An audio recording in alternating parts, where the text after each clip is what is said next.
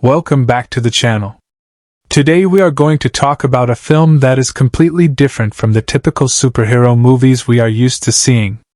It is raw, grounded, visually stunning, and deeply rooted in one of the oldest mythologies in human history. The film is called Mortal, released in 2020, and if you have not seen it yet, by the end of this video, you will absolutely want to. So let us get right into it. Overview. Mortal, known in Norwegian as Torden, is a 2020 fantasy action film co-written and directed by André Øvredal. Now what makes this film immediately stand out from the crowd is where it comes from, and what it is trying to say. The film is inspired by ancient Norse mythology, and is actually supported by a grant from the government of Norway itself, which tells you how seriously the Norwegian film industry took this project. The dialogue in the film is in both English and Norwegian, and most of the actors in the film are Norwegian, with the exception of the lead actor Nat Wolff and actress Priyanka Bose, who both bring an international dimension to an otherwise deeply Nordic story. This is not a Marvel movie. This is not a DC film. This is something far more grounded, far more atmospheric, and far more rooted in actual cultural history. The premise asks a very fascinating question: what if Thor was an emotionally unstable young man with absolutely no idea how to control his extraordinary powers, with a very real potential to harm innocent people around him? That is the core idea this film is built upon, and it executes that idea in a way that is quite unlike anything Hollywood has delivered to audiences in recent memory.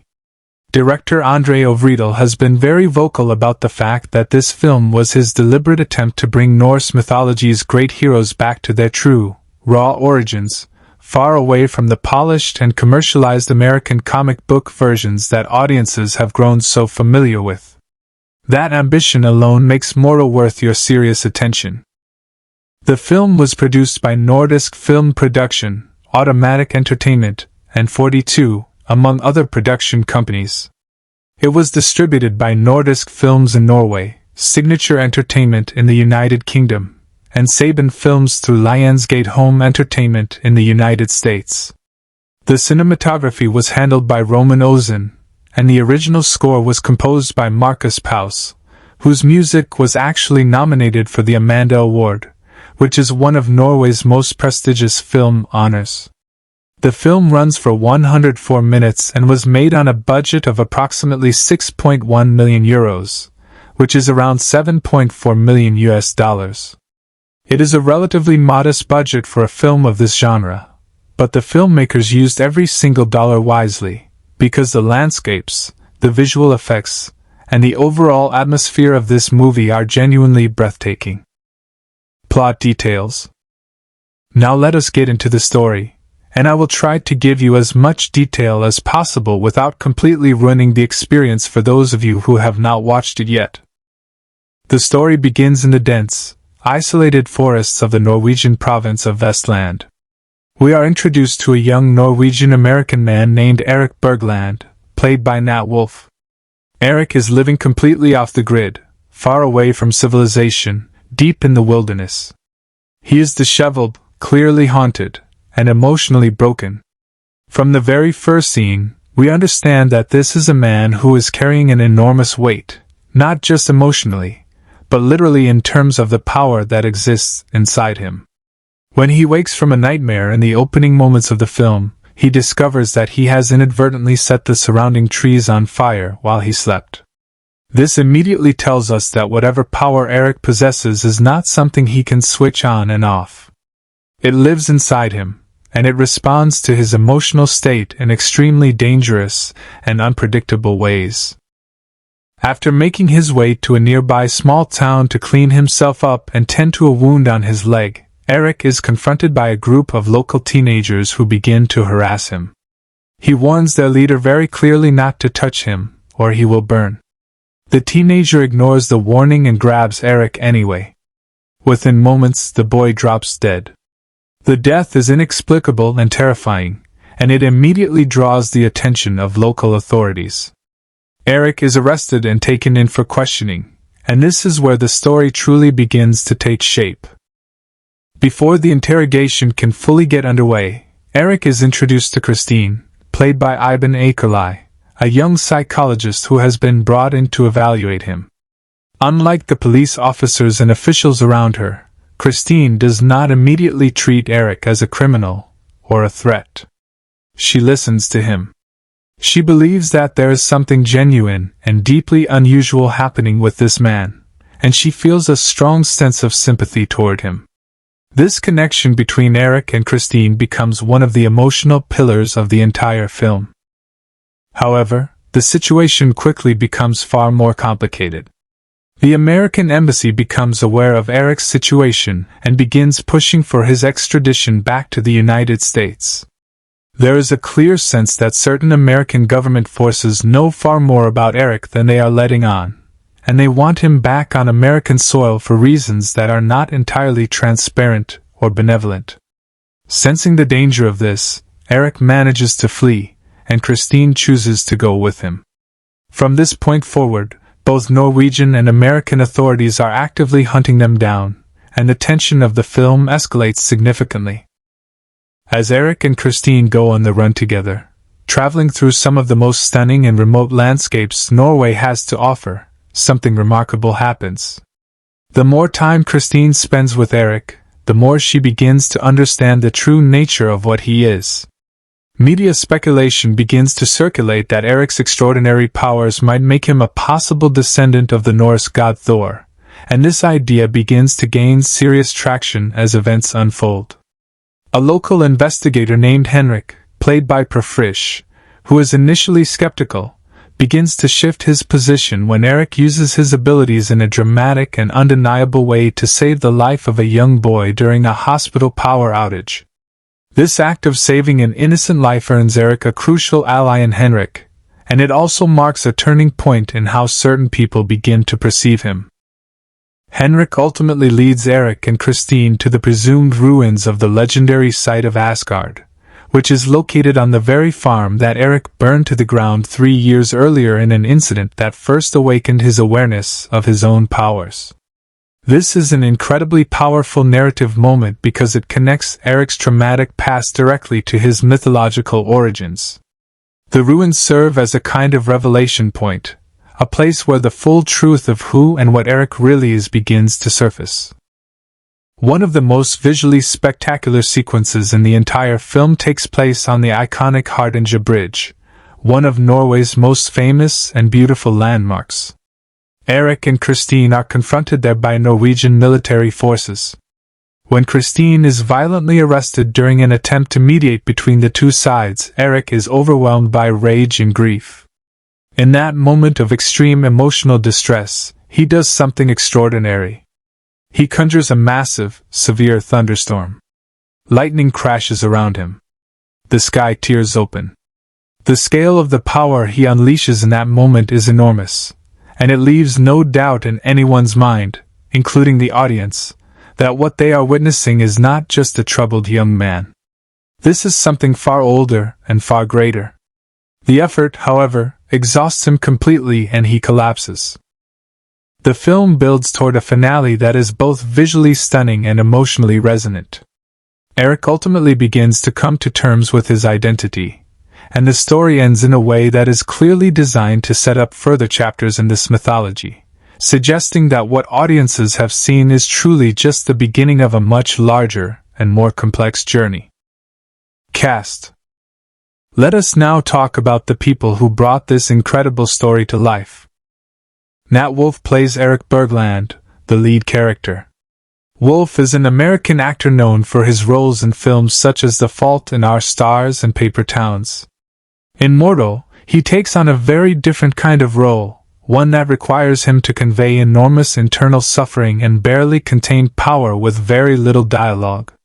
It is a physically and emotionally demanding performance. Iben Akerlai plays Christine, the young psychologist who becomes Eric's most trusted companion and emotional anchor throughout the story. Akerlai is a Norwegian actress, and her performance brings a quiet warmth and intelligence to the film that balances Eric's volatile energy beautifully. Priyanka Bose plays Hathaway, a representative connected to the American government side of the story. Bose is an Indian actress who has appeared in international productions and brings a sharp and measured presence to her role in this film. Berfrisch plays Henrik, the local investigator who transitions from skeptic to ally over the course of the story. His character represents the ordinary person who is forced to confront something completely beyond their understanding and ultimately chooses the right side. Per Egil Ask plays Bjorn, the grieving father of the teenager who was accidentally killed by Eric in the opening act of the film. His character adds a deeply human and tragic layer to the story, serving as a reminder that Eric's powers have real and devastating consequences for real people. Arthur Hakalati plays Ole, and the supporting cast also includes Anja Nova, Sveinung Ostad, Torunn Lodmel Stockland, and Inger Barrett Groderud, all of whom contribute to building the rich and grounded world of the film. Release date and trailer info. Mortal had a staggered international release across different markets. The film first premiered in Norway on February 28, 2020, which was a fitting choice given that this is deeply a Norwegian story told on Norwegian soil. It then released in the United Kingdom on August 20, 2020. Finally, it arrived in the United States on November 6, 2020 for its digital release, with the physical disc version following on November 10, 2020. The film was rated R and runs for a total of 104 minutes. The official trailer for Mortal does an excellent job of capturing the tone and atmosphere of the film without giving away too much of the plot. It presents the Norwegian landscapes in all their dramatic beauty, gives you a strong sense of Eric's unstable and dangerous power, and builds genuine tension around the question of who he really is. If you search for the Mortal 2020 official trailer, you will find it on YouTube, and it is absolutely worth watching before you sit down with the full film. Director and production background. André Øvredal is a Norwegian filmmaker who is perhaps best known internationally for his earlier work on Trollhunter, a 2010 found-footage fantasy film that became a significant cult classic, and Scary Stories to Tell in the Dark, released in 2019. With Mortal, Øvredal returned to his home country to tell a story that was clearly deeply personal to him. The idea of taking one of the most iconic figures from Norse mythology and stripping away all the comic book glamour and Hollywood gloss to present a version that feels raw, real, and genuinely terrifying is a bold creative choice, and it reflects Øvredal's consistent interest in blending the fantastic with the grounded and the real. The screenplay was co-written by Øvredal alongside Norman Lesperance and Jeff Busuttil. The cinematography by Roman Ozen is one of the genuine highlights of the film. The Norwegian landscapes, the forests, the fjords, the bridges, the ruined farmlands, all of it is captured with a scope and a beauty that makes the world of the film feel ancient and mythic even in its most contemporary moments. The score by Marcus Paus complements the visuals perfectly, adding a haunting and epic quality to even the quieter scenes. The complete story of Mortal, 2020. The story of Mortal begins in the vast, cold, and deeply isolated wilderness of Vestland, a province in western Norway. The forests here are thick and ancient, the kind of place where a person could disappear from the world entirely if they truly wanted to. And that is exactly what a young man named Erik Bergland has done. Erik, played by Nat Wolff, is a Norwegian American, meaning he has both American and Norwegian blood running through his veins. He is young, but his face carries the weight of someone who has lived through something so terrible, so overwhelming, that normal life has become completely impossible for him. He has no home, no community, no real contact with other human beings. He lives deep in the forest, isolated, surviving on his own, and keeping as much distance as possible between himself and the rest of the world.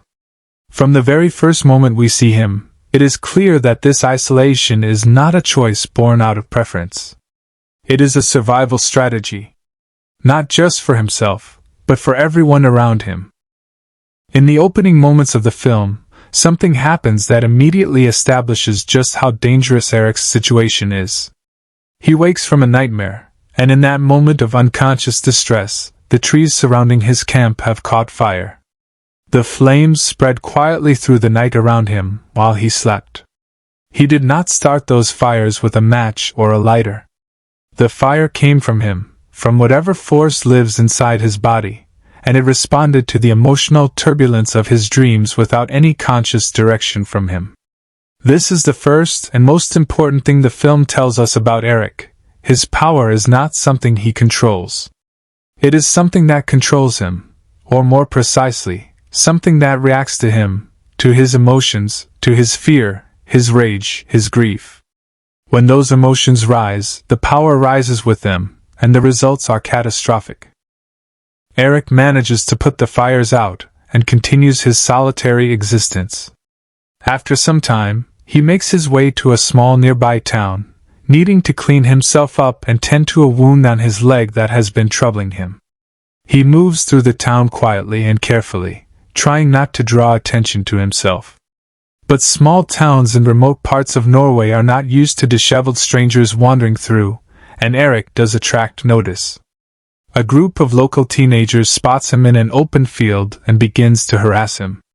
Teenagers being teenagers, they find this strange, quiet, strange-looking outsider an easy target for mockery and aggression. Eric tries to ignore them. He keeps his voice low and his body language as unthreatening as possible. But one of the teenagers, more aggressive than the others, decides to push things further. He approaches Eric and physically grabs him. Eric had warned him.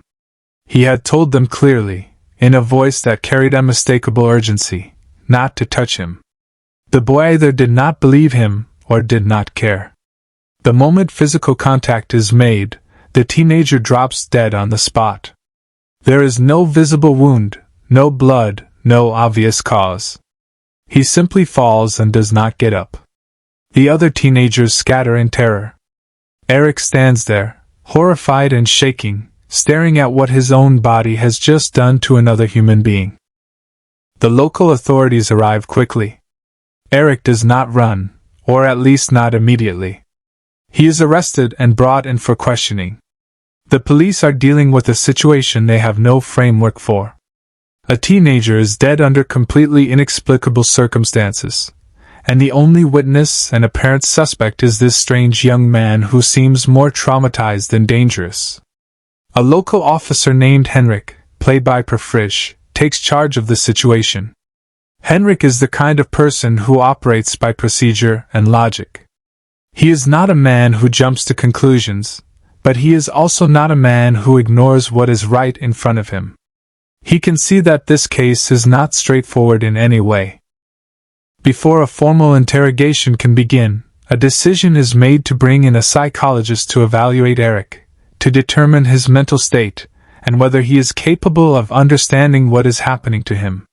The psychologist assigned to this task is a young woman named Christine, played by Iben Akerlai. Christine is perceptive, calm, and genuinely compassionate. She enters the room with Eric not as an interrogator or an adversary, but as someone who is genuinely trying to understand. She sits across from him, and she listens. And what she hears is not the story of a violent man. What she hears is the story of someone who is deeply frightened, deeply alone, and carrying a burden that he has had no one to help him carry for a very long time. Eric begins to open up to Christine in ways he has not been able to with anyone else. He tells her about the farm. 3 years before the events of the film, something happened on a farm where Eric was living. A fire broke out, and people died. Eric was connected to that fire. Whether it was ruled an accident or left unresolved is unclear, but the trauma of it has haunted Eric ever since. He has been running from it, hiding from it, blaming himself for it, and trying to keep himself away from situations where it might happen again. The death of the teenager in the field is not the first time Eric has watched his own body cause the death of someone near him. It is a continuation of a nightmare that has been following him for years. Christine believes him. This is significant. Everyone else in that building is approaching Eric with suspicion, fear, or skepticism. Christine is the only one who looks at him and sees not a criminal or a monster, but a human being in enormous pain who desperately needs help. This creates an immediate and powerful bond between the two of them, a trust that becomes the emotional backbone of everything that follows. However, the situation is about to become far more complicated. Word of the incident reaches the American embassy, and very quickly, representatives from the American government begin making their presence felt. A woman named Hathaway, played by Priyanka Bose, arrives on the scene. Hathaway is sharp, composed, and clearly operating with a level of knowledge about Eric that goes well beyond what the Norwegian authorities possess. The American embassy begins pushing for Eric's extradition, arguing that as an American citizen, he should be returned to American soil to face whatever process awaits him there. But the way Hathaway and her associates behave makes it very clear that the American government's interest in Eric is not purely about legal process. They know something about him. They have been watching, or at least they have been aware, and whatever they know, they are not sharing it with anyone. Eric senses the danger immediately. He knows that if he is handed over to the Americans, whatever happens to him will not be a fair legal process. He will disappear into some facility where his power can be studied and controlled, and he will never be heard from again. With Christine's help and with the confusion of the circumstances around him, Eric manages to escape from custody. Christine makes the choice to go with him. It is a decision that is both professionally reckless and deeply human. She has decided that her responsibility to this person in front of her is greater than her responsibility to procedure, and so she chooses to run with him into an increasingly dangerous and uncertain situation. From this point forward, the film transforms into a tense chase story set against the breathtaking and sometimes terrifying landscapes of Western Norway. Eric and Christine move together through forests, over hills, along coastlines, and through small communities, always staying ahead of the authorities pursuing them, always trying to figure out what their next move should be. As they spend more time together, their relationship deepens. Christine continues to help Eric understand himself, to give him the space and the compassion he needs to start processing who he is. And Eric, for his part, begins to trust her in a way that he has not trusted anyone in years. There is a tenderness between them that the film handles with restraint and genuine care. But the world around them is not slowing down. The Norwegian police are actively hunting them. The American government forces led by Hathaway are pursuing them with even greater urgency, and even less concern for proper procedure. And there is another complication. Bjorn, played by Per Egil Ask, the father of the teenager who died in the field when Eric touched him. Bjorn is not a villain in any simple sense. He is a grieving father who wants justice for his son. His pain is entirely understandable, and the film treats it seriously. He becomes a complicating and tragic presence in the story, representing the very real human cost of the power Eric carries. As Eric and Christine continue on the run, Eric begins to lose control of his power in increasingly dramatic ways. At one point, he is taken to a hospital, where the medical staff attempt to examine him. While he is there, he inadvertently causes a massive power outage throughout the building. The loss of power endangers patients who are dependent on medical equipment, and in the chaos that follows, a young boy's life is placed in serious jeopardy. In a moment of instinct, compassion, and something that goes far beyond ordinary human ability, Eric uses his power not to destroy but to save. He channels whatever force lives inside him and uses it to resuscitate the boy, bringing him back from the edge of death. It is a turning point in the film. Henrik, the police officer who has been pursuing Eric throughout the story, witnesses this act. He has been watching Eric carefully throughout everything that has happened, and what he sees in that hospital moment changes his perspective fundamentally. He begins to reconsider everything he thought he knew about Eric, and he moves from being a pursuer to something closer to an ally. It is also around this time that the question that has been hanging over the entire film begins to be addressed more directly. Media speculation has been building throughout the story, as news of Eric's strange and inexplicable abilities spreads through Norwegian society. Journalists and commentators begin asking whether this young man could somehow be connected to the ancient Norse mythology that is so deeply embedded in Norwegian cultural identity. The speculation begins to center specifically on Thor, the god of thunder, one of the most powerful and celebrated figures in the entire Norse mythological tradition. The idea that Eric might not just be someone with unusual abilities but might actually be a living descendant or manifestation of a Norse god is a significant leap, but the evidence that the film presents makes it increasingly difficult to dismiss. Henrik takes Eric and Christine to a place that ties all of this together in a profound and unsettling way. He brings them to the ruins of an ancient site that some believe to be the legendary location of Asgard, the realm of the Norse gods. This is not a random choice of location. The ruins are located on the very same farmland that Eric burned to the ground 3 years earlier in the incident that first made him fully aware of the destructive potential of his power. The fact that his power first manifested in a truly catastrophic way at this specific location, a place that may be directly connected to the origins of Norse divinity, is not a coincidence. The ruins become a place of revelation, a place where Eric begins to understand not just what he can do but who he actually is and where his power comes from. The most visually spectacular and emotionally intense sequence in the entire film takes place on the Hardanger Bridge, one of Norway's most iconic and beautiful suspension bridges, stretching across a dramatic fjord with mountains rising on all sides. Eric and Christine are confronted there by a significant force of Norwegian military and law enforcement. The encounter is tense and dangerous from the start. Christine steps forward and attempts to mediate. She tries to use words and reason to prevent a violent confrontation. But the situation deteriorates rapidly, and Christine is violently arrested. She is grabbed and restrained right in front of Eric, and what happens next is one of the most memorable moments of the film. When Eric sees Christine treated that way, when he sees the one person who has trusted him, believed in him, and stood by him being hurt, something inside him breaks open completely. His grief and his rage combine into something overwhelming, and his power responds on a scale that has not been seen before in the film. He does not just cause a small fire or a localized burst of electricity. He calls down a full thunderstorm from the sky. The clouds above the bridge gather with terrifying speed, darkening the world around the bridge in moments. Lightning begins to strike, crashing down around the bridge and the forces assembled there with explosive force.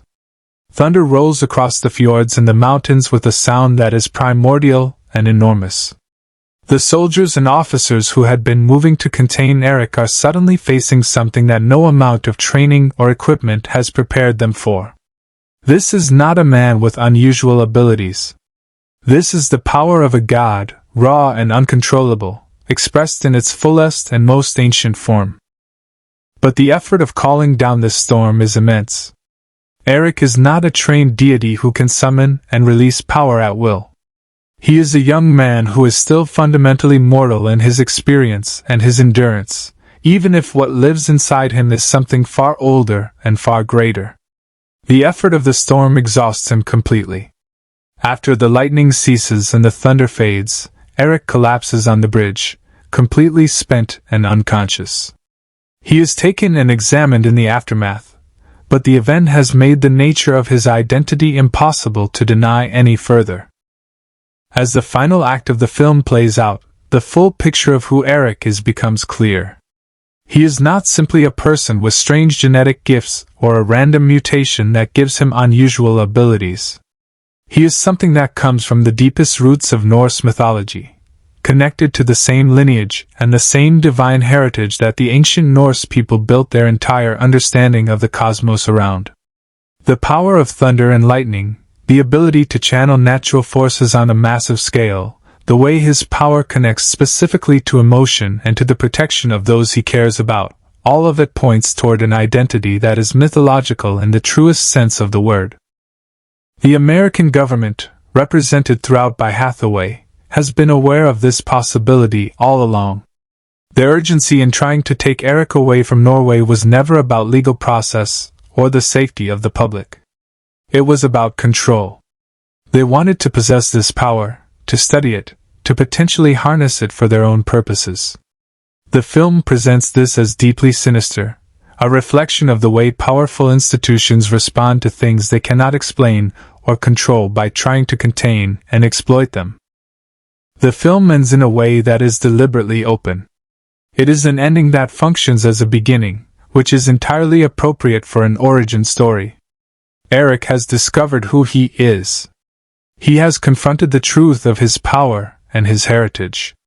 He has formed a genuine human connection with Christine that has changed both of them. Henrik has transitioned from adversary to ally.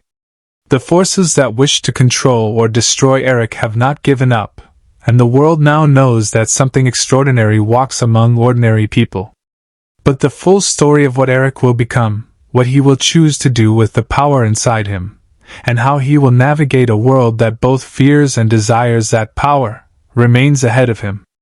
The film closes not with a resolution but with a threshold. Erik stands at the beginning of something vast and ancient, and the story of what lies beyond that threshold is left for the audience to imagine, and perhaps for a future film to tell. Here is the complete and fully expanded life history of the main actors of Mortal, 2020. Nat Wolff. Nathaniel Marvin Wolff was born on December 17, 1994, in Los Angeles, California, United States. He came into the world as the firstborn son of two deeply creative and accomplished parents, and the environment he was raised in was unlike what most children experience growing up.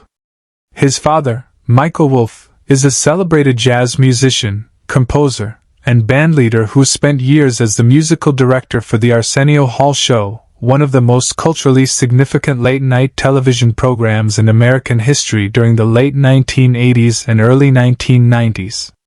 Michael Wolff is a man who has dedicated his entire life to music, and that dedication shaped the atmosphere of the household in which Nat grew up. Music was not something that happened occasionally in that home. It was constant. It was the foundation of everything. There was always an instrument nearby, always a melody being worked out, always a conversation happening about rhythm, composition, harmony, and the deeper emotional language that music carries. Growing up inside that environment gave Nat a relationship with creativity and performance that most people spend years trying to develop.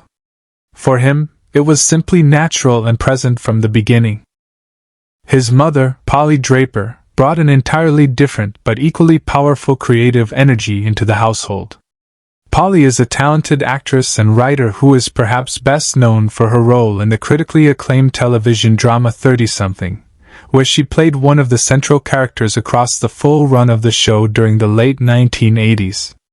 She later moved into writing and directing, creating and producing the Nickelodeon television series The Naked Brothers Band, which became a defining part of Nat and his brother Alex's early public lives. Polly is a woman of considerable creative intelligence and depth, and her influence on her sons went far beyond simply introducing them to entertainment. She taught them to think about storytelling seriously, to understand character, and to approach creative work with genuine discipline and intention. Nat's younger brother, Alex Wolff, was born in 1997, and the bond between the two brothers has been one of the most enduring and significant relationships in Nat's life.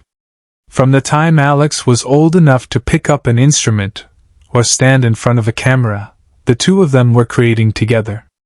They shared not just a home and a family but a creative partnership that began in childhood and has continued throughout their adult careers. Their dynamic as brothers gave both of them something invaluable as performers, which is the ability to be genuinely vulnerable and open in front of another person, because they had grown up doing exactly that with each other every single day. The first major public chapter of Nat Wolff's career began when his mother Polly created the Naked Brothers Band, a fictional television series for Nickelodeon that was built around Nat and Alex and a group of their young friends. The concept of the show was that Nat and Alex played fictionalized versions of themselves as members of a real rock band made up entirely of children. The show blended scripted storytelling with musical performances, and it gave both brothers an extraordinary platform at an age when most children are simply going to school and figuring out who they are. The series premiered in 2007 and ran for 2 seasons, and it developed a genuinely devoted fanbase of young viewers who connected deeply with the music and the personalities of the two brothers. For Nat specifically, the show was a formative experience in every sense. He was performing, acting, writing music, and engaging with a public audience at an age when most people have not yet had any real experience of any of those things. The discipline required to sustain a television series, to show up on set consistently, to deliver performances week after week, and to do all of that while also being a normal child with a developing identity and a regular life, was considerable, and it built in Nat a work ethic and a comfort with performance that would serve him enormously in the years that followed. Alongside the television work, Nat was also genuinely developing as a musician throughout this period. He plays the piano with real skill and has always been deeply connected to music as an art form, not simply as an entertainment vehicle. The musical education he received growing up in his father's household gave him a foundation in music theory and composition that goes well beyond the surface level. He understands music structurally and emotionally, and that understanding has informed his sensibility as a performer across all creative disciplines. As Nat moved into his teenage years and the Nickelodeon chapter of his career began to wind down, he started making a conscious transition toward more serious dramatic acting. This transition was not simply a career strategy. It reflected a genuine desire to grow as an artist and to take on work that challenged him in deeper ways. He began auditioning for film roles and started to build a reputation in the industry as a young actor with real emotional range and genuine screen presence. His breakthrough into serious dramatic film came with the 2013 coming-of-age film Admission, in which he appeared alongside Tina Fey and Paul Rudd. While his role in that film was relatively modest in terms of screen time, the experience of working alongside two of the most accomplished and respected comedic and dramatic performers in American film was deeply educational for him. He absorbed everything he could from being on set with performers of that caliber, and the experience reinforced his commitment to pursuing dramatic work seriously. The real turning point in Nat Wolff's film career came in 2014 when he was cast in a central role in The Fault in Our Stars, the adaptation of John Green's enormously popular young adult novel.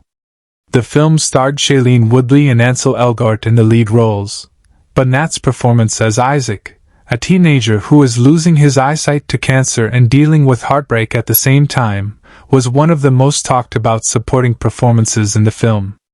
His work in that role showed audiences and the industry alike that he was capable of handling genuine emotional weight with sensitivity and intelligence. The film was a massive commercial and cultural success, earning hundreds of millions of dollars worldwide and cementing itself as one of the defining romantic dramas of its era. Being part of that film put Nat Wolff on a significantly larger stage than he had occupied before. Following The Fault in Our Stars, Nat continued his collaboration with director Josh Boone and again worked with material drawn from the world of John Green. In 2015, he was cast in the lead role of Paper Towns, another adaptation of a John Green novel. This time, Nat carried the film as the central character, a teenage boy named Quentin who becomes obsessed with finding his mysterious and adventurous neighbor Margot, played by Cara Delevingne. Paper Towns gave Nat his first real experience of leading a major studio film, and the performance he delivered was assured and engaging. The film performed reasonably well commercially and demonstrated that Nat had the presence and the ability to carry a feature-length story on his shoulders without the support of a more prominent lead alongside him. In 2017, Nat took on one of the most challenging and controversial roles of his career when he was cast as the lead in Death Note, Netflix's live-action American adaptation of the beloved Japanese manga and anime series. Death Note is one of the most passionately followed intellectual properties in the entire world of anime and manga, with millions of devoted fans who hold deep and specific attachments to the characters and the story. The film was controversial before it was even released, partly because of casting decisions and partly because of creative choices that departed significantly from the source material. Nat played Light Turner, the American adaptation of the iconic character Light Yagami, a brilliant student who comes into possession of a supernatural notebook that kills anyone whose name is written in it. The film received deeply divided reviews and generated enormous controversy within the fan community, but Nat's actual performance within the context of the film he was making was widely acknowledged as committed and technically capable. The experience of navigating that level of public scrutiny and criticism was a significant one for him, and it demonstrated his willingness to take risks on unconventional and challenging material regardless of the potential for backlash. Nat Wolff then took on the role of Eric Bergland in Mortal in 2020, which was perhaps his most physically and emotionally demanding role to date. Playing a character who is isolated, haunted, and carrying a power he cannot control required Nat to work in a register that was quieter and more internal than many of his previous performances. Much of his work in Mortal is communicated through silence, through the body, through a single look, or a subtle shift in expression rather than through dialogue. The film was shot entirely in Norway, and Nat spent significant time in the country preparing for and filming the role, immersing himself in the Norwegian landscape and the Norse mythological context of the story. His performance in Mortal is arguably his most nuanced and restrained work, and it represents a maturation as an actor that reflects everything he has learned across more than a decade of professional experience. Iben Akerlei. Iben Akerlei was born on March 16, 1993, in Norway, making her a native of the very country in which Mortal is set and filmed. She grew up in a Norwegian cultural environment, surrounded by the landscapes, the language, the history, and the mythological traditions that form the backdrop of the film she would later become part of. Her upbringing in Norway gave her an authenticity and a groundedness in the world of the film that no amount of preparation could have fully replicated for an outside performer. She was not playing a character in a foreign landscape. She was in her own homeland, embodying a story rooted in her own cultural heritage. Iben pursued her passion for acting through formal training, studying at one of Norway's respected theatrical and performing arts institutions.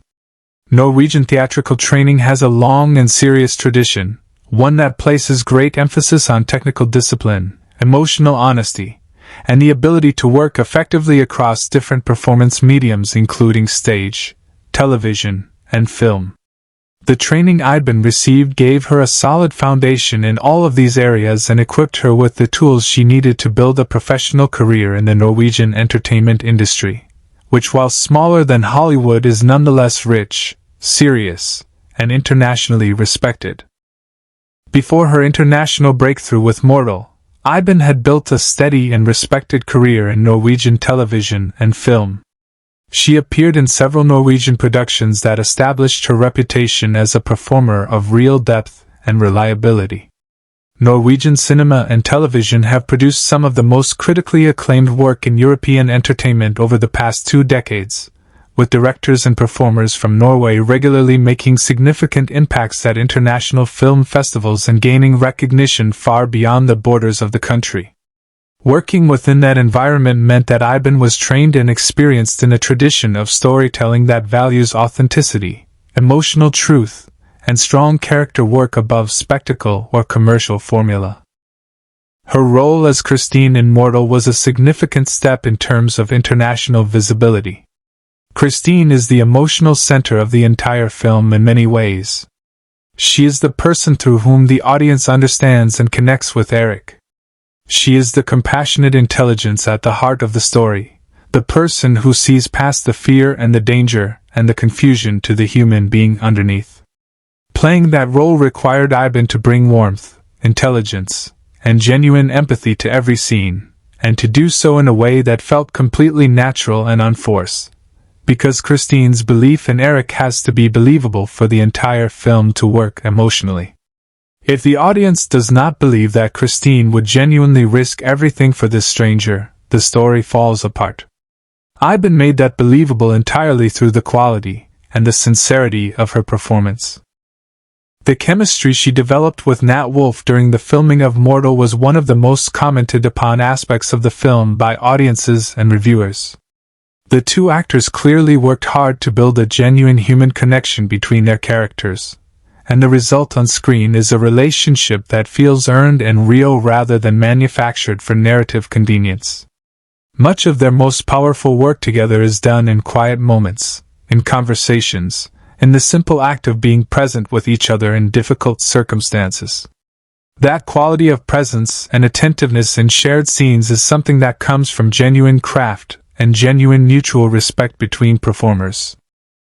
Mortal represented Iben Akerlai's most significant exposure to the international market, and her performance in the film generated genuine appreciation from international audiences who encountered her work for the first time through this movie. She continues to work in the Norwegian entertainment industry and remains one of the more compelling and talented performers of her generation within Norwegian cinema. Priyanka Bose. Priyanka Bose was born on September 18, 1986, in Kolkata, India, a city with one of the richest and most complex cultural histories on the entire subcontinent. Kolkata, formerly known as Calcutta, is a city that has produced some of India's greatest writers, filmmakers, musicians, intellectuals, and artists. It is a city where the arts are taken seriously, where literature and cinema are part of everyday cultural conversation, and where a young person with creative aspirations is surrounded by a tradition of genuine artistic seriousness that stretches back generations. Growing up in that environment shaped Priyanka in fundamental ways, giving her an intellectual depth and a cultural awareness that would eventually feed directly into her work as a performer. Priyanka grew up with an interest in both performance and social engagement.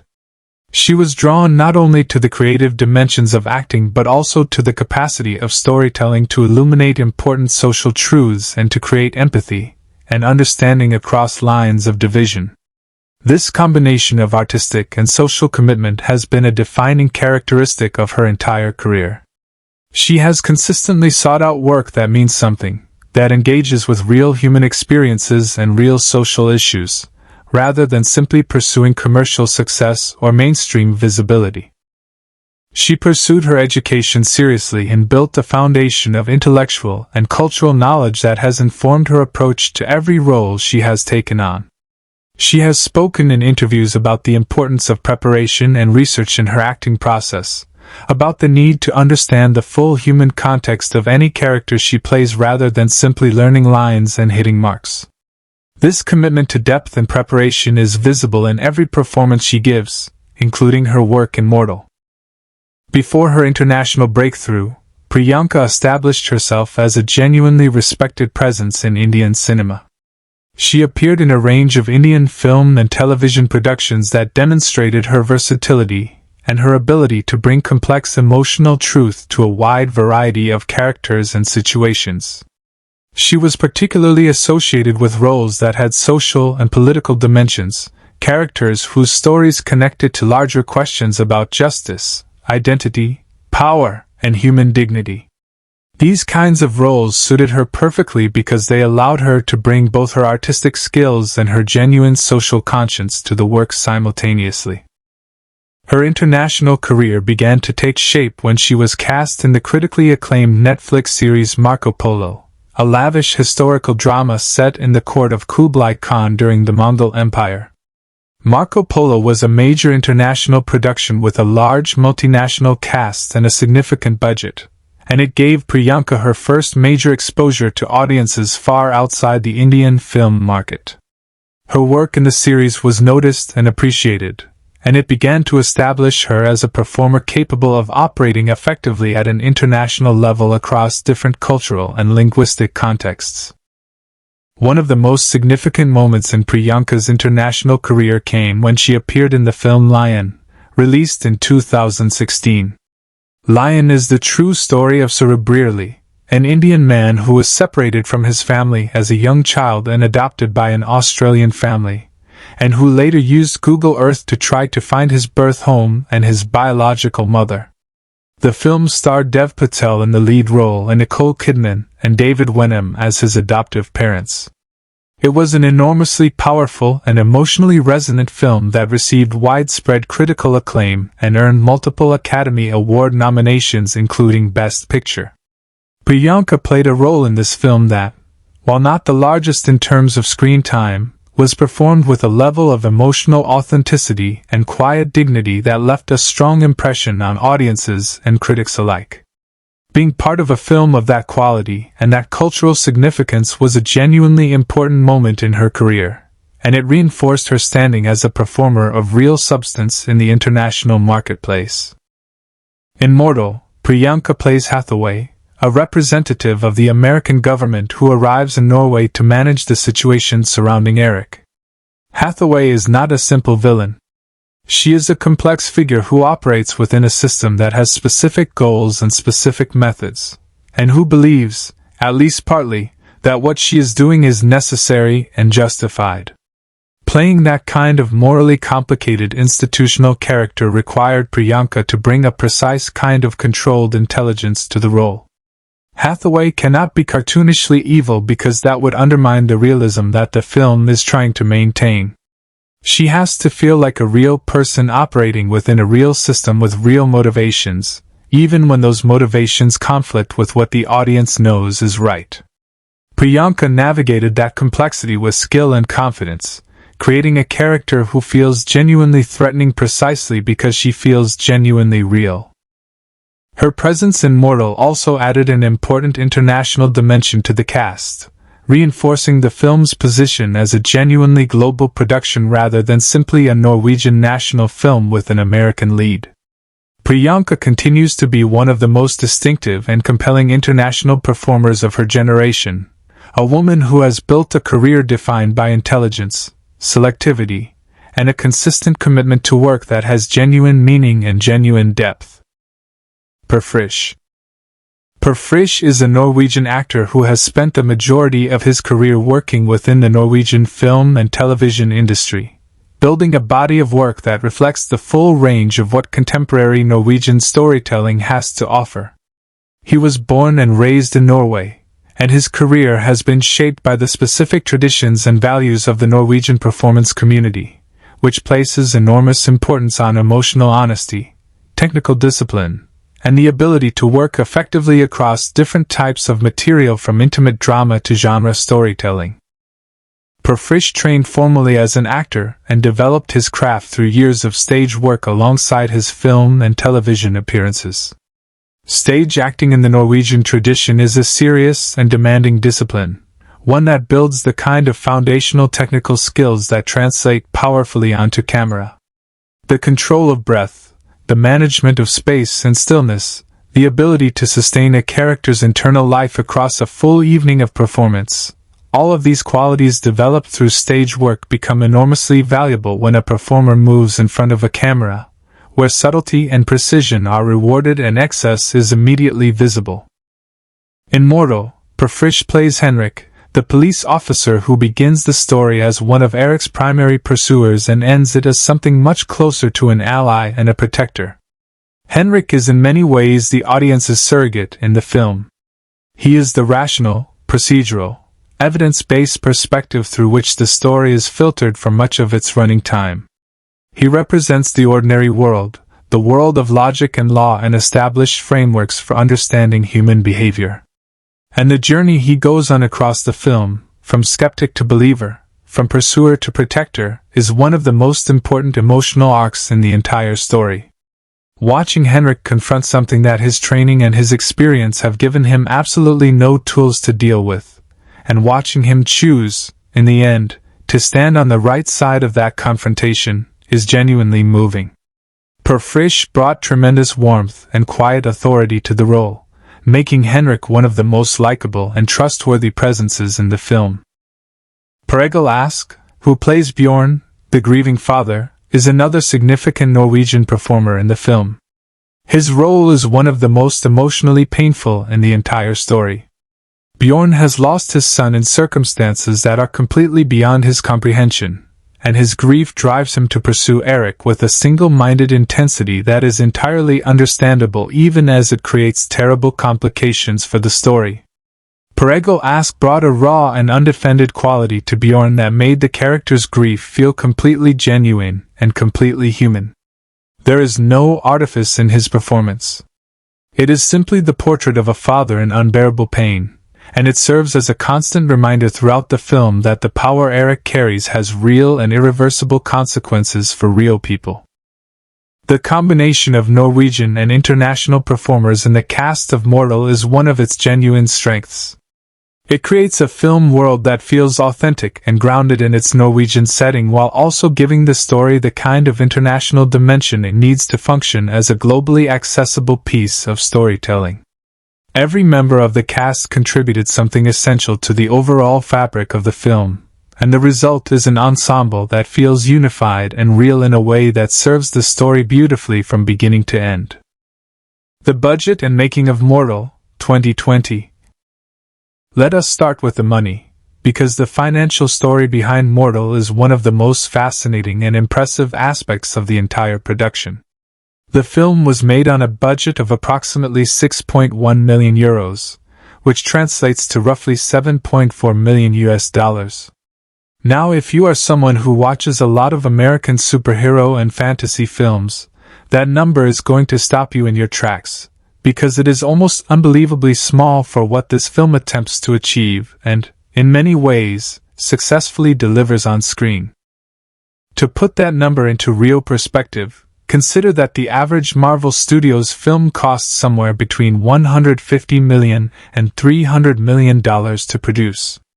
The first Thor film starring Chris Hemsworth, which is the most obvious point of comparison for Mortal given their shared mythological territory, cost approximately $150 million to make. That means Mortal was produced on roughly 1/20th of the budget that Marvel spent on their version of the same mythological world. 1/20th. The team behind Mortal essentially looked at what Hollywood spends on these kinds of stories and then decided to tell a version of the same mythology for a fraction of the price, relying not on unlimited resources and armies of digital artists but on genuine filmmaking craft, intelligent storytelling choices, breathtaking natural locations, and the raw talent of their performers. The budget breakdown across the production was a matter of very careful and deliberate prioritization. Director Andre Ovredal and his producing team knew from the very beginning that they could not compete with Hollywood on the level of spectacle or scale, so they made a conscious decision not to try. Instead of building elaborate sets and filling every frame with computer-generated imagery, they made the Norwegian landscape itself the visual foundation of the entire film. This was an extraordinarily smart creative and financial decision, because the landscape of Western Norway is genuinely one of the most dramatic and visually stunning natural environments on the entire planet. The fjords, the forests, the mountains, the ancient bridges stretching across vast bodies of water, the mist rolling through valleys at dawn, none of that costs anything to film if you are willing to take your production into those locations and work with what nature provides. And the production of Mortal was absolutely willing to do exactly that. The decision to film extensively on location across Norway rather than building sets in a studio was in many ways the single most important budgetary decision the production made. It gave the film a visual authenticity and a sense of genuine scale that no amount of computer-generated backgrounds could have replicated at the budget level they were working with. When you see Eric running through those forests in the opening scenes of the film, those are real Norwegian forests. When you see the dramatic confrontation on the Hardanger Bridge, that is the actual Hardanger Bridge, one of the longest suspension bridges in the world, stretching nearly 1,400 meters across the Hardangerfjord with mountains rising on all sides. The production did not build a model of that bridge on a stage somewhere. They took their cameras, their crew, their actors, and their equipment to the actual bridge and they filmed there. The result is a sequence with a sense of real geographical and physical weight that money alone cannot buy. The cinematographer Roman Ozin, who was brought in to handle the visual work on the film, approached the Norwegian landscape with the same level of respect and seriousness that he would bring to any of his human subjects. Ozan is a cinematographer with a strong background in visually sophisticated work, and he understood immediately that the landscape was not just a backdrop for the story but an active participant in it. The way he lit the Norwegian wilderness, the way he captured the particular quality of Scandinavian light which has a coolness and a clarity that is completely distinct from what you find in most Hollywood productions, and the way he composed shots that made the human figures feel genuinely small against the enormous natural world around them. All of that contributed to the film's distinctive visual identity without requiring enormous financial resources. Good cinematography is ultimately about vision and skill, not about how many lights you can rent or how much CGI enhancement you can afford in post-production. The visual effects budget for Mortal was modest by any industry standard, but the team working on the visual effects were enormously skilled at maximizing the impact of every dollar spent. Multiple Norwegian visual effects companies were brought in to work on the film, including Gimpel, Storyline Studios, Stardust Effects, Rebel Unit, and Varg Studios, all of which are based in Norway and brought not just technical skill but genuine local knowledge and cultural investment to the project. The fire effects, the lightning sequences, and the large-scale weather phenomena that Eric generates throughout the film were all achieved through a careful combination of practical and camera effects and digital enhancement. The goal was never to create something that looked like a Marvel movie. The goal was to create something that felt real and grounded and genuinely frightening, and within that framework, the visual effects team delivered work that punched well above the financial weight of the production. The bridge sequence, which is the single most visually ambitious moment in the entire film, required particularly careful planning and execution from a financial and logistical standpoint. Filming on an actual functioning bridge of that scale involves extraordinary coordination with local authorities, traffic management, safety protocols, and scheduling constraints that add layers of complexity and cost to an already challenging shoot. The production worked closely with Norwegian authorities to secure access to the Hardanger Bridge and to manage the logistical requirements of filming a major action sequence in that location. The result on screen is a sequence of genuine visual power that speaks to what can be achieved when a creative team is fully committed and fully resourceful, even when the financial resources are limited. The music for the film was composed by Markus Paus, a Norwegian composer whose score added an enormous amount to the emotional and atmospheric texture of the finished film. Paus drew on elements of Norwegian musical tradition and Norse cultural history in crafting the score, giving it a sound that felt rooted in the same ancient world that the film's mythology came from. The score was so well received that it earned a nomination for the Amanda Award, which is the highest honor in Norwegian cinema, equivalent in prestige to what an Academy Award nomination represents in the American film industry. For a film operating on a budget of $7.4 million, having its music recognized at that level of national prestige was a significant achievement, and a reflection of the genuine artistic ambition that went into every aspect of the production. The film also benefited from a grant provided by the government of Norway, which made a specific financial contribution to the production in recognition of its cultural value as a Norwegian story rooted in Norwegian mythology and filmed in Norwegian landscapes. This kind of governmental support for national cinema is part of a broader Norwegian cultural policy that recognizes filmmaking as an important form of cultural expression and invests public money in supporting stories that reflect Norwegian identity and heritage. The government grant did not cover the full cost of the production, but it provided meaningful financial support that gave the producers additional flexibility in how they allocated their resources. The box office performance of the film was, it has to be said, disappointing in purely financial terms.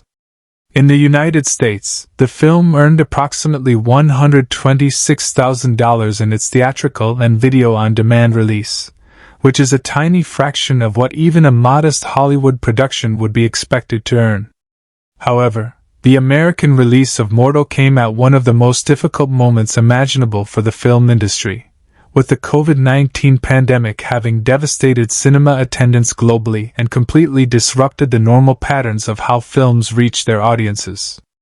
The film performed considerably better in Norway, where it received a theatrical release in February 2020 before the full force of the pandemic had arrived, and where it was welcomed by Norwegian audiences as a genuinely impressive piece of national cinema.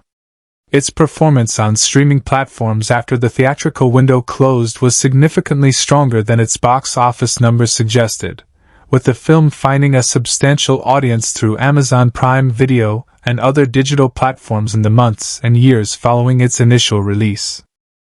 Funny and interesting moments on set.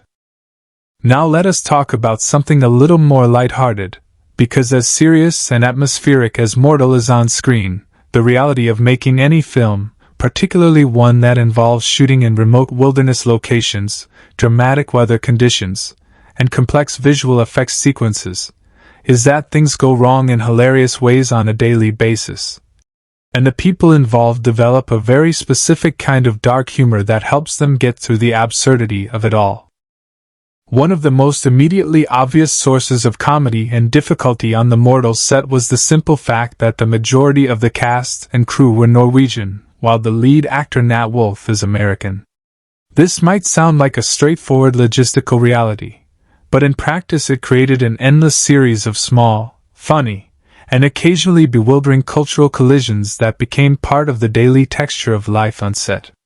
Norwegian working culture, particularly in creative industries, is famously egalitarian and informal. There is very little of the hierarchical distance between directors, producers, and crew members that is standard in Hollywood productions. Everyone is on first-name terms with everyone else. The director makes his own coffee. Nobody is treated as more important than anyone else simply because of their job title. For a young American actor like Nat Wolff, who had grown up around the structures and conventions of the Hollywood industry, stepping into that radically different working environment was initially quite disorienting in the most entertaining way possible. He has spoken about arriving on set expecting a certain degree of the formality and distance he was accustomed to, and instead finding himself immediately surrounded by warm, casual, completely no-nonsense Norwegian professionals who treated him with the same relaxed directness they showed everyone else. There was no special treatment, no entourage culture, no elaborate protocols around the lead actor. You were simply a member of the team, and the team got on with the work. The language barrier between Nat Wolff and many of his Norwegian castmates was another constant source of gentle comedy throughout the production. The film is in both English and Norwegian, which means there were many scenes where Nat had to perform alongside actors who were delivering their dialogue in Norwegian and then respond in English, or vice versa. Rehearsing these scenes was often genuinely funny, particularly in the early stages of production when Nat was still learning to follow the rhythm and emotional cues of Norwegian dialogue without being able to understand the actual words. He has described the experience of responding emotionally to something a fellow actor said in Norwegian with complete conviction, only to then be quietly informed by someone nearby that what had just been said to him was, in the context of the scene, something quite different from what his face had suggested he understood it to mean. These moments of cross-linguistic confusion became a running source of amusement for the cast and crew throughout the shoot, and they built a kind of shared humor between the Norwegian and American contingents of the production that actually deepened the bonds between them. Filming in the Norwegian wilderness brought its own extraordinary set of challenges and absurdities. The forests of western Norway are beautiful beyond description when the weather cooperates, but Norwegian weather does not cooperate with any particular regularity or predictability. The production dealt with rain, fog, sudden temperature drops, and the particular challenge of trying to capture specific lighting conditions in an environment where the sky can change completely within 20 minutes. There is a very specific kind of chaos that descends on a film set when an outdoor scene that requires a particular quality of light suddenly finds itself dealing with a sky that has decided to do something completely different, and the Mortal production experienced this kind of chaos on a regular basis. The crew developed an ability to adapt with remarkable speed, and the humor that grew out of those moments of meteorological betrayal became part of the folklore of the production. The bridge sequence on the Hardanger Bridge was one of the most logistically complicated and physically demanding sequences to film, and naturally it produced some of the most memorable behind-the-scenes stories. The wind on the Hardanger Bridge is not a gentle cinematic breeze. It is a genuine natural force that has a specific and very personal relationship with anyone standing on that bridge, particularly when they are trying to deliver emotionally intense dramatic dialogue, while also hitting specific camera marks and maintaining the physical and psychological state their character is supposed to be in. There were multiple takes during the bridge sequence where the wind simply made it physically impossible for the actors to deliver their lines clearly, not because they were not trying or not prepared, but because the Norwegian weather had decided that it was going to participate in the filmmaking process in ways that nobody had budgeted for. The crew on the bridge had to develop creative solutions to practical problems that no film school prepares you for, and the shared experience of all of them standing on that bridge being battered by wind, while trying to make a serious fantasy film about Norse mythology created a kind of absurdist camaraderie that stayed with the whole team long after filming was completed. The fire and practical effects sequences also provided their share of unintended comedy. Anytime a film production works with real fire, the relationship between the carefully planned vision of what the fire is supposed to do and what the fire actually chooses to do becomes a source of constant negotiation, occasional panic, and frequent laughter in retrospect. The special effects team on Mortal were skilled and safety-conscious professionals, but fire has its own ideas about how it wants to behave, and those ideas do not always align with what the script requires or what the camera is pointing at. There were takes where the fire behaved beautifully and everything worked exactly as planned, and there were takes where the fire decided to go in an entirely unexpected direction, requiring rapid responses from the safety team and leaving the actors in a state of genuine rather than performed surprise. Nat Wolff, whose character is surrounded by fire in multiple scenes throughout the film, developed a very specific kind of respect for the practical fire effects work over the course of production. The kind of respect that comes from standing in close proximity to actual flames repeatedly and understanding in a visceral and immediate way that there is no performance technique in the world that fully replaces genuine physical awareness of your surroundings. André Øvredal himself is known within the Norwegian film industry as a director with a very particular personality on set. He is deeply serious about the work, deeply prepared, and deeply committed to getting what he needs from every scene. But he also has a dry and self-deprecating sense of humor that comes out in the gaps between takes and in the way he handles the inevitable difficulties and absurdities that accumulate during any film production. His crew have described him as someone who can hold both the enormous seriousness of what he is trying to achieve and the fundamental ridiculousness of the process of achieving it simultaneously, and who uses humor not as an escape from the difficulty of the work but as a way of maintaining the energy and the morale of the team around him through the long, difficult, cold, and frequently wet days of shooting in the Norwegian wilderness. The relationship between Nat Wolff and Iben Akerlei on set was warm, collaborative, and frequently funny in the way that relationships between good scene partners often are.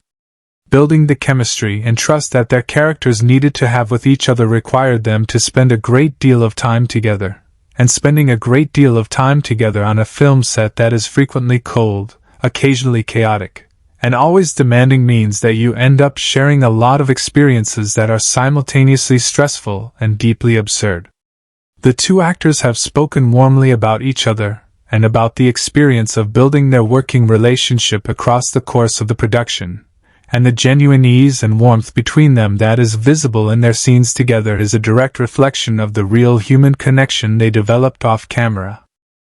Priyanka Bose's experience arriving on the Mortal set as an international performer coming from a completely different cultural context than either the Norwegian or the American contingents of the production was another rich source of the kind of cross-cultural exchange and gentle comedy that seems to be inevitable when you bring people together from genuinely different parts of the world to make a film in one of the most remote and dramatically beautiful landscapes in Europe. her perspective on the Norwegian approach to filmmaking, on the landscape, on the food, and on the particular quality of Norwegian social interaction gave the production a third cultural lens through which to process all of its experiences, and the conversations and exchanges that resulted from that three-way cultural collision were apparently a consistent source of warmth and laughter throughout the shoot. What all of these stories point toward, ultimately, is something that is true of every good film production regardless of budget or scale. The experience of making Mortal was hard, cold, logistically complicated, technically demanding, and frequently surprising in ways that no amount of planning could prevent. And precisely because of all of that, it was also funny, human, full of connection and shared experience, and the kind of creative adventure that the people involved will be talking about for the rest of their lives. The film that came out of it, lean and serious and atmospheric as it is, carries within it the memory of all of those experiences even if the audience cannot see them directly. That warmth and that shared human energy is always present somewhere in the texture of a well-made film, and Mortal is no exception. The cultural and historical world of Mortal, 2020. To truly understand Mortal as a film, you cannot simply watch it as a piece of entertainment and move on. You have to understand the enormous depth of cultural and historical material that sits underneath every single scene, every character decision, every visual choice, and every narrative turn. This film is not just a story about a young man with unusual powers. It is a film that is rooted in one of the oldest, richest, and most complex mythological traditions in all of human history. It is a film about where stories come from, about what myths mean to the people who carry them, and about what happens when the ancient and the modern collide in ways that neither side is prepared for. To properly appreciate what André Riedel and his team were attempting with Mortal, you need to go back. You need to go back a very long way, deep into the history of the Norse world, and understand what that world believed, what it feared, what it worshipped, and what it passed down through the generations in the form of stories that have survived for more than 1,000 years. Norse mythology and its origins. Norse mythology is the body of myths and religious beliefs that belong to the Scandinavian and Germanic peoples of Northern Europe during the period roughly from the Iron Age through to the Viking Age, which lasted approximately from the late 8th century to the early 11th century. These were the people who lived across what is today Norway, Sweden, Denmark, Iceland, and parts of Finland and the British Isles, and they built one of the most sophisticated and internally consistent mythological systems that any human culture has ever produced. Their mythology was not simply a collection of entertaining stories about gods and monsters. It was their entire cosmological framework, their explanation of how the universe came to be, how it was structured, how it functioned, and how it would ultimately end. It was their moral philosophy, their spiritual practice, their cultural identity, and their understanding of what it meant to be human in a world that was both beautiful and terrifyingly dangerous. The Norse understood the universe as being organized around a cosmic structure called Yggdrasil, an immense and sacred ash tree whose branches and roots connected 9 distinct worlds or realms of existence. At the center of this structure was Midgard, the world of humans. Above and connected to it was Asgard, the realm of the gods, the Aesir, who were the primary divine beings of the Norse pantheon. Other realms included Jotunheim, the land of the giants, Helheim, the realm of the dead, Niflheim, the primordial world of ice and cold, Muspelheim, the world of fire, and several others. The tree itself was alive and sentient in a certain sense, and the health of Yggdrasil was directly connected to the health of the entire cosmos. When the tree suffered, all of existence suffered with it. This cosmological model was not a simple or naive one. It reflected a genuinely sophisticated understanding of interconnectedness, of the idea that all things are bound together in a web of relationships and consequences that no single being, not even a god, can escape or ignore. The gods of the Norse pantheon were not the serene, distant, morally perfect beings that appear in some other mythological traditions. They were passionate, flawed, often frightening, frequently funny, and deeply engaged with the world of mortals in ways that were sometimes helpful and sometimes catastrophic. The chief god was Odin, the All-Father, a figure of enormous complexity who was associated with wisdom, war, death, poetry, magic, and the relentless pursuit of knowledge. Odin was not a comfortable god. He was a god who sacrificed his own eye to gain wisdom, who hung himself on the world tree for 9 days and nights to discover the secrets of the runes, and who was constantly preparing for and worrying about Ragnarok, the apocalyptic end of the world that Norse mythology presented not as a possibility but as an inevitability. Odin's relationship with mortality and sacrifice was one of the defining characteristics of the entire Norse religious tradition. Thor, the god of thunder. The god at the center of mortals' mythology is Thor, and understanding who Thor actually was in the original Norse tradition, as opposed to who he has become in modern popular culture, is absolutely essential to understanding what the film is doing and why it matters. Thor in the original Norse mythology was the son of Odin and was associated with thunder, lightning, storms, strength, the protection of mankind, and the sanctification of important life events including marriage, birth, and death. He carried his famous hammer, Mjolnir, which was not simply a weapon but a sacred object with profound religious and cultural significance. The hammer was used in ceremonies, in blessings, and in the protection of communities against the forces of chaos and destruction that constantly threatened the ordered world. What is crucial to understand about the original Norse Thor is that he was the god of the common people in a way that Odin, the aristocratic, intellectual, and somewhat terrifying All-Father, was not. Thor was the protector of farmers, of fishermen, of ordinary men and women who worked the land and the sea and needed a divine champion who understood their lives and their struggles. He was physically enormous, almost unimaginably powerful, but he was also in many ways the most emotionally straightforward and reliably loyal of all the Norse gods. He did not scheme or manipulate. He did not demand complex rituals or philosophical understanding. He protected. He fought. He was present. And when the forces of chaos, represented primarily by the giants and the creatures of Jotunheim, threatened the ordered world, Thor went out and confronted them directly and physically. The Norse people's relationship with thunder itself was shaped by the geography and climate of the land they lived in. Scandinavia, and Norway in particular, is a place where weather is not a mild or distant phenomenon. The storms that come in off the North Sea and the North Atlantic are powerful, sudden, and deeply impressive.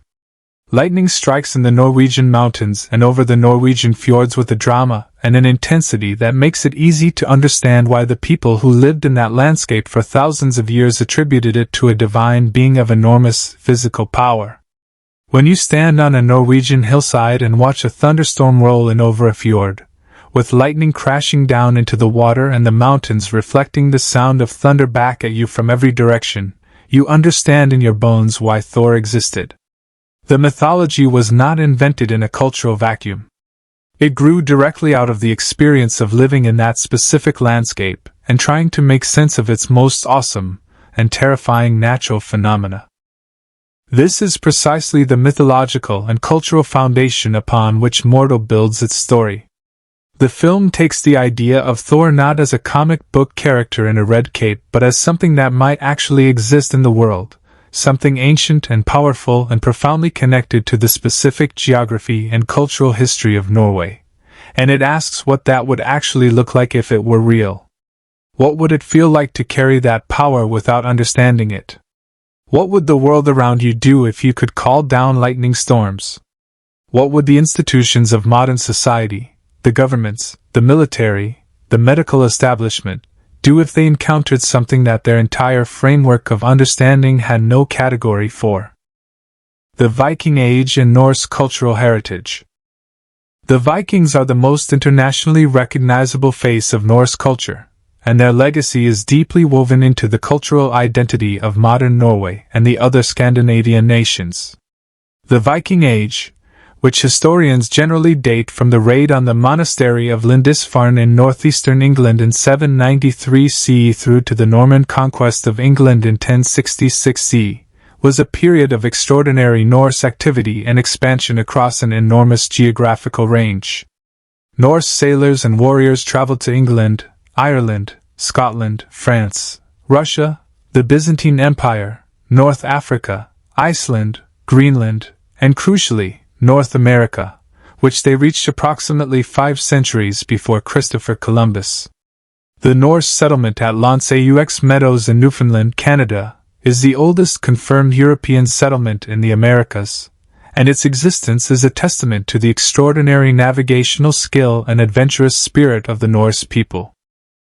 But the Vikings were not simply raiders and warriors, which is the simplified image that popular culture has tended to project onto them. They were also traders, settlers, craftspeople, poets, lawmakers, and farmers. The Norse legal tradition, embodied in the institution of the Thing, which was a democratic assembly where free men gathered to make decisions and resolve disputes, was one of the most sophisticated legal and political systems of its era. Iceland's Althing, established in 930 CE, is considered one of the oldest functioning parliaments in the entire world. The Norse were literate in their runic writing system and produced some of the most remarkable literature of the medieval period in the form of the sagas, long prose narratives about historical and legendary figures, and the Eddas, which are the primary surviving sources of Norse mythological knowledge. The two Eddas, the prose Edda compiled by the Icelandic scholar Snorri Sturluson in the 13th century and the poetic Edda, a collection of Old Norse poems from approximately the same period, are the documents through which the vast majority of what we know about Norse mythology has survived. Without these texts, the mythology that forms the foundation of mortal would be almost entirely lost. Snorri Sturluson was writing at a time when Christianity had already largely replaced the Old Norse religion across Scandinavia, and his decision to record the old myths in such careful detail was motivated partly by a desire to preserve the cultural heritage of his people even as the world around him was changing dramatically. The fact that we can today enjoy a film like Mortal, which draws so richly on that mythological heritage, is in no small part due to the dedication and foresight of one medieval Icelandic scholar who understood that old stories deserve to be remembered. Norway as a cultural and geographical presence in the film. The decision to set Mortal specifically in Norway rather than in any other Scandinavian country was not arbitrary. It was a deeply considered creative choice that reflects the specific character of Norwegian landscape, Norwegian culture, and Norway's particular relationship with its Norse mythological heritage. Norway is a country of extraordinary geographical extremes, with a coastline of roughly 83,000 kilometers when all the fjords and islands are included, making it one of the most dramatically varied and visually distinctive coastal nations on Earth. The fjords of western Norway, which were carved by glaciers during the last ice age, are considered among the most beautiful natural landscapes anywhere in the world, and they carry a quality of ancient, primordial weight that makes them feel like places where mythology could genuinely live and breathe. The Hardangerfjord region, where much of Mortal is filmed, has a specific cultural and historical significance within Norway that goes beyond its extraordinary beauty. Hardanger has been inhabited since the Stone Age, and the traces of human presence across thousands of years are visible in the landscape in ways that layer historical meaning onto the physical geography. The Hardanger Bridge, which plays such a central role in the film's most dramatic sequence, is a modern engineering achievement built across an ancient landscape, and that tension between the contemporary and the archaic is precisely the tension that runs through the heart of the film itself. Norwegian cultural identity in the modern era has a complex and deeply considered relationship with the Norse mythological heritage. On one hand, Norse mythology and Viking history are genuinely significant parts of Norwegian national identity, preserved in museums, celebrated in cultural events, studied seriously in academic institutions, and woven into the everyday cultural language of the country.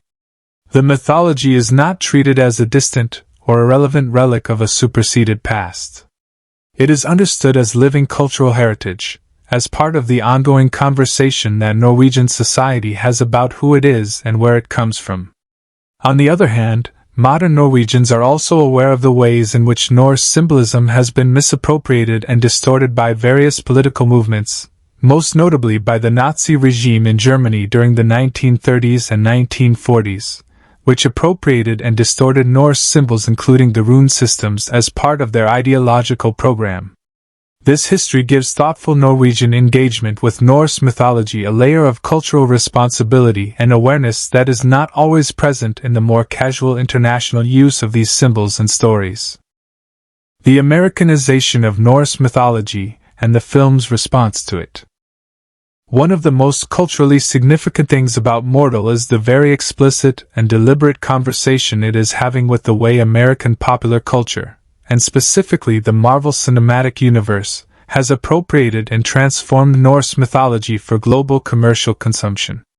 The Marvel Thor, first introduced in his own film in 2011 and played by the Australian actor Chris Hemsworth, is one of the most commercially successful pop culture versions of any mythological figure in history.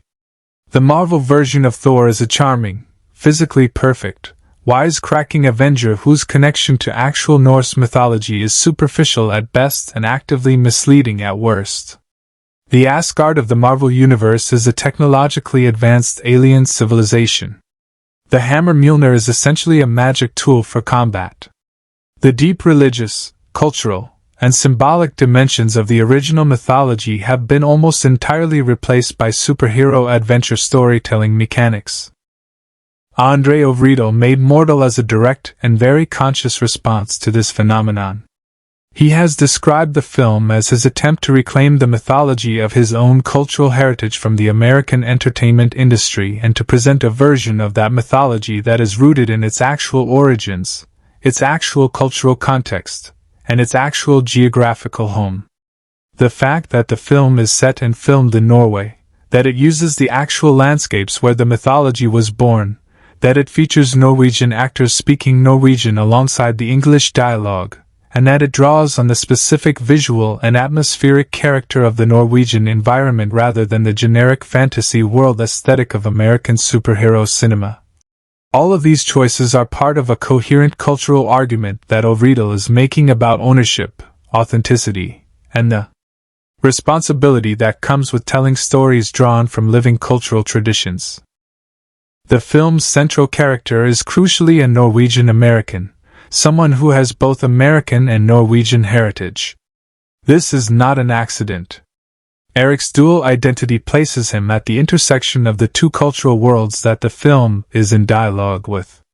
He is connected to the Norwegian mythological tradition through his heritage and through the land he finds himself in, but he is also American, shaped by American culture and American ways of understanding the world. His journey across the film is in some ways a journey from his American self toward his Norwegian self, from the surface identity of a contemporary young man toward the ancient and mythological identity that has been waiting inside him since birth. The fact that he does not understand his own power in the beginning, that he has no framework for making sense of what he is or what he can do, mirrors the situation of a culture that has lost touch with its own mythological roots and must work to rediscover them. The role of Christianity and the decline of Norse religion. To fully understand the cultural weight of what Mortal is doing, it is also important to understand the historical process through which the original Norse religion was replaced by Christianity across Scandinavia, because that process of religious and cultural replacement is deeply relevant to the film's central themes. The Christianization of Scandinavia took place gradually across roughly the 10th and 11th centuries, driven by a combination of missionary activity, political pressure from Christian rulers in continental Europe, and the gradual conversion of Norse kings and chieftains who saw political advantages in aligning themselves with the dominant religious power of the European world.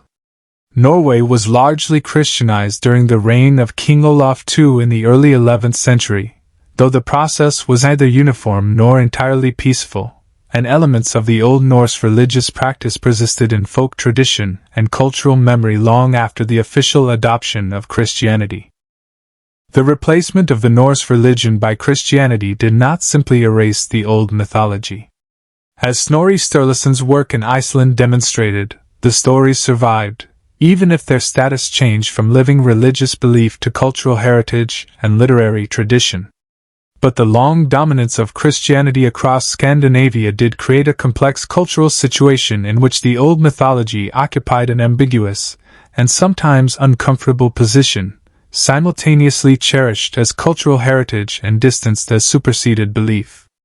This cultural ambiguity is part of what makes the Norse mythological tradition such rich and complex material for a filmmaker like Ove Riedel to work with in the context of modern Norway, a country that is simultaneously one of the most secularized societies in the world and one of the most deeply connected to a pre-Christian mythological tradition of extraordinary richness and depth. The historical significance of Asgard in the film. The ruins of Asgard that appear in the final act of Mortal carry enormous cultural and historical significance that goes well beyond their function as a plot device. In the original Norse mythological tradition, Asgard was the realm of the gods, one of the 9 worlds connected by Yggdrasil, a place of divine power and cosmic significance that stood at the center of the Norse understanding of the universe. The idea that Asgard might have left physical traces in the actual landscape of Norway, that the boundary between the mythological realm and the geographical world might not be as absolute as the rational modern mind assumes, is one of the most culturally resonant ideas in the entire film. This idea draws on a very old tradition in Norse and more broadly in Germanic cultural practice, which is the understanding that certain places in the physical landscape are charged with sacred or mythological power, that the geography of the world is not merely physical but also spiritual and historical in ways that connect the present moment to the deep past. Sacred groves, certain mountains, specific bodies of water, and other geographical features were understood in the Old Norse tradition as places where the boundary between the world of mortals and the world of gods was thinner than elsewhere, places where divine power could break through into human experience. The ruins in Mortal function as exactly this kind of charged place, a location where the mythological past and the contemporary present intersect in ways that have real and transformative consequences for the people who encounter them. The fact that these ruins are located on the farm where Eric caused his first catastrophic manifestation of power 3 years before the events of the film creates a deeply satisfying cultural and narrative logic. It suggests that Eric's power was not random, that it did not appear in just any location but specifically in a place that was already mythologically significant, a place where the connection to the divine heritage that Eric carries was already present in the land itself. The land remembered what had happened there, and it responded to Eric's presence in the way that sacred places respond to the approach of the divine. The cultural significance of thunder and lightning in Norse society. The power that Eric manifests most dramatically in Mortal, the ability to call down thunder and lightning on a massive scale, is culturally significant in ways that extend far beyond its function as a spectacular visual effect. In the Norse mythological tradition, thunder and lightning were not simply weather phenomena. They were the direct physical expression of Thor's presence and power in the world.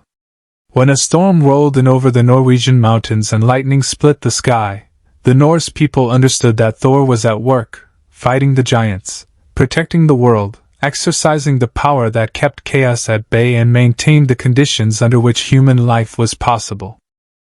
This understanding of thunder and lightning as sacred and divine gave those phenomena a cultural weight that is genuinely different from the secular understanding of them that most modern people carry. For the Norse, a thunderstorm was not just a weather event to be endured or enjoyed. It was a moment of divine presence, a reminder that powers far greater than human scale were constantly at work in the world, and that the survival of human civilization depended on those powers choosing to be protective rather than destructive. The terror that Eric's lightning storm produces in the soldiers on the Hardanger Bridge is not just the terror of people facing a dangerous physical phenomenon. Seen through the lens of Norse cultural history, it is the terror of people confronting something their ancestors would immediately have recognized as divine, something that their rationalist, secular, modern frameworks have given them no tools to understand or respond to. The name of the film in Norwegian, Torden, which means thunder, is itself a culturally loaded choice. It places the film immediately and explicitly within the tradition of Norse mythology and Norwegian cultural history, reminding Norwegian audiences in particular that what they are watching is not simply a fantasy film borrowed from a foreign mythology but a story rooted in their own cultural soil, in the specific sounds and experiences of the landscape they live in. The film as a reflection of modern Norwegian identity. Mortal is ultimately as much a film about modern Norwegian cultural identity as it is about Norse mythology or superhero storytelling. Norway in the 21st century is a country that sits in a fascinating and sometimes contradictory position relative to its own history and heritage. It is one of the wealthiest, most egalitarian, most technologically sophisticated, and most secular societies in the world. It is a country that values rational governance, scientific understanding, and evidence-based policy making. It is also a country whose landscape has barely changed since the Viking Age, whose cultural heritage reaches back to some of the most extraordinary storytelling traditions in human history, and whose national identity is deeply intertwined with myths and stories that predate Christianity by many centuries. The question that Mortal poses to its Norwegian audience, whether consciously or not, is whether a society as modern and rational as contemporary Norway can still make meaningful contact with the ancient and mythological dimensions of its own cultural heritage, or whether the price of modernity is the permanent loss of that connection. The film suggests that the connection is not lost, that it cannot be lost, that it lives in the land itself and in the people who carry Norwegian heritage in their blood whether they know it or not. Eric does not choose his power. He does not study mythology and decide to become Thor. The mythology finds him, because he is already part of it, and because the land he stands on has been waiting for him to arrive. This is perhaps the deepest and most resonant cultural idea in the entire film. It is the idea that cultural heritage is not simply something you learn about in books or visit in museums. It is something that lives in you, that shapes you from the inside, that will eventually make itself known regardless of how thoroughly the surface of your life has been shaped by other forces. That idea speaks not just to Norway but to every culture in the world that has ancient roots and a complex relationship with its own history. It speaks to anyone who has ever felt the pull of something old and deep and not fully understood moving beneath the surface of their everyday modern life. If you made it all the way through this cultural and historical deep dive, you are exactly the kind of person this channel exists for. Please give this video a like because it genuinely helps the channel reach more people who love this kind of serious and thoughtful exploration of cinema and culture. Share it with anyone you know who is interested in Norse mythology, Scandinavian history, or the deeper cultural stories behind the films we watch. And if you are not already subscribed, hit that subscribe button right now and turn on notifications so you never miss a new video. We will see you in the next one.